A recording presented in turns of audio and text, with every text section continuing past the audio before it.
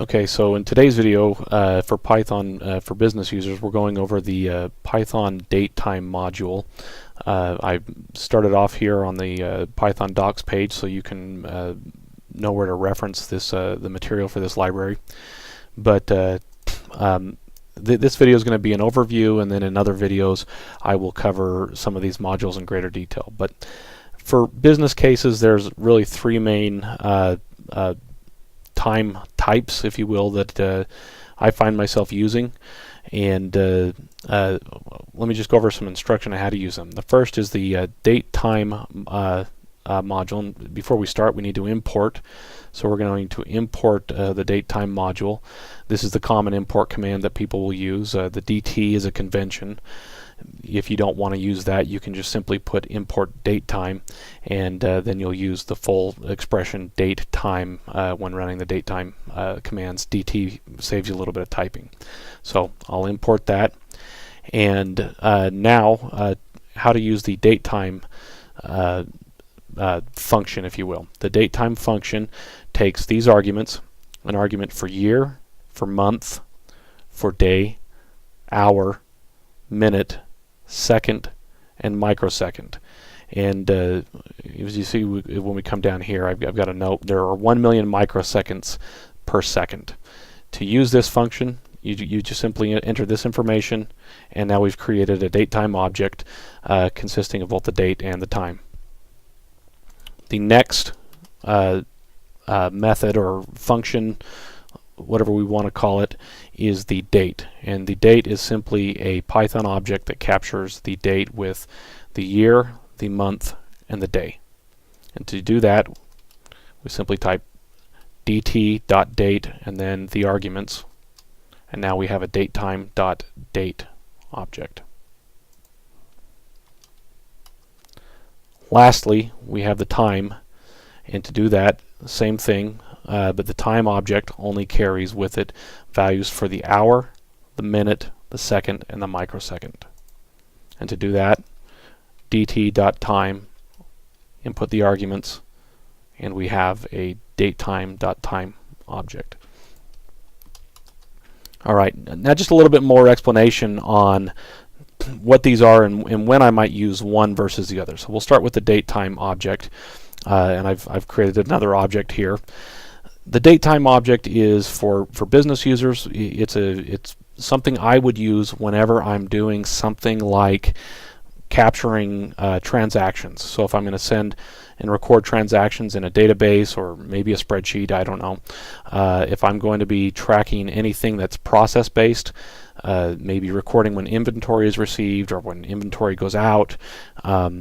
If I'm tracking, maybe doing some sort of testing on a product or a process or a system or a machine, I might use the datetime object, because those are all points or situations where I would want to record both the date and the moment when some event happened. You're recording events right down to the microsecond, technically, with the datetime object. The one convenience function with that is the datetime.now function, which automatically generates the date time with the information for the present time. And every time I recycle that, you can see we get new information.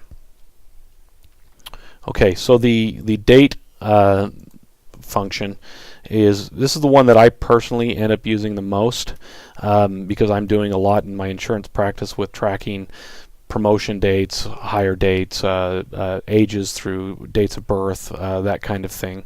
And oftentimes, if I'm working with a client, they'll send me spreadsheets that have information that's usually got the year, month, day in it. And I'll deal with formatting in another video, so how to deal with formats that don't work like this. But in any case, the date function is one that I would use for dealing with those kinds of static things: contract dates, hire dates, promotion dates, anything where we're only capturing the date. Usually things that would go on a form. If someone's going to sign a form, here's your signature and then here's the date. those kinds of things. I would end up using the date function. Now, one other thing to note, or two things. One is you've got another convenience method that works with the date method, and that's datetime.date today, and that gives you a date object with just the date. The other thing to know is that it does, even though it's a tuple and it looks like it would take any value, there are pass and fail values inside of this. So for example, if I went dt.date and we'll put in a year 2019, and we're going to say that the month is January, so the first month, and I try and go 32 days, you'll notice we get an error because the date is out of range. So if I put it down to 31, because there's 31 days in January, it accepts the object. Now, if I, let's use another month, and we'll use February. If I try and use February, it stays month specific. So if I try and go 29 days in 2019, it fails because there's only 28 days in February for 2018, or 2019, I'm sorry. But interestingly enough, if we change the year to the leap year, which will be 2020, now it accepts the object. So the date object will track both the number of months or days in a given month, as well as the leap year values. Also, it will take for year, it goes all the way down to year 1. Oops, let me change the date because that wasn't a leap year apparently. But it will not take a 0.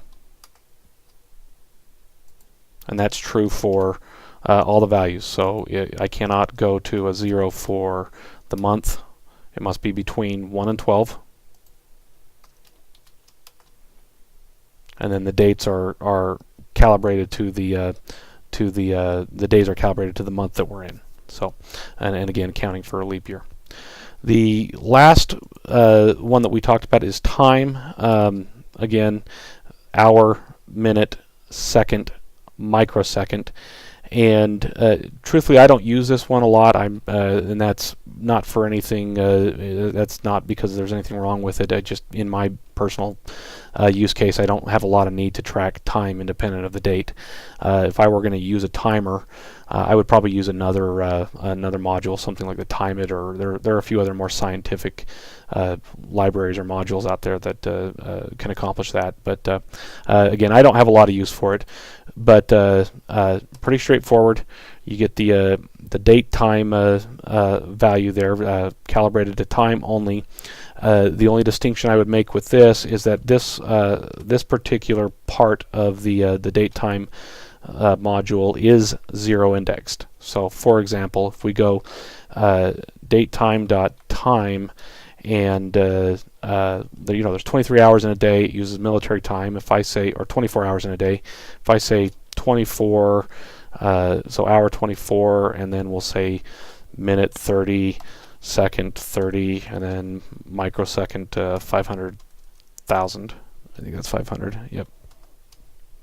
You'll notice it fails, and that's because the range is 0 index, so we can only take, it only takes values from 0 to 23. 0 being 12 a.m., 23 being 11 p.m. If we were using conventional time. So if I change that, we now get an acceptable value, and that works for each of the values in the time portion, and that's true whether you're using date time or just time by itself. So in minutes, it only takes 0 to 59. You can't do 60. So 0 to 59. And then in seconds as well, 59. So 60 fails, 59 passes, and of course 0 passes. And then it's just a bigger number, but same concept for microseconds. There's 1 million microseconds in a second, and it'll accept a value up to 999,999. So there's 4, 5, 6. It takes that, but if I said, I'll do this in a different way, if I added 1 to it, it fails. So if I push it up to 1 million, it fails. If I went 1, 1, 2, 3, 4, 5, 6, minus 1, it passes, because we've got 999,999, and 1 million fails. So in the next videos, we'll cover things like the working with calculations. with the datetime module. We'll work with formatting, and then we'll deal with time zones as well. So catch you in the next video.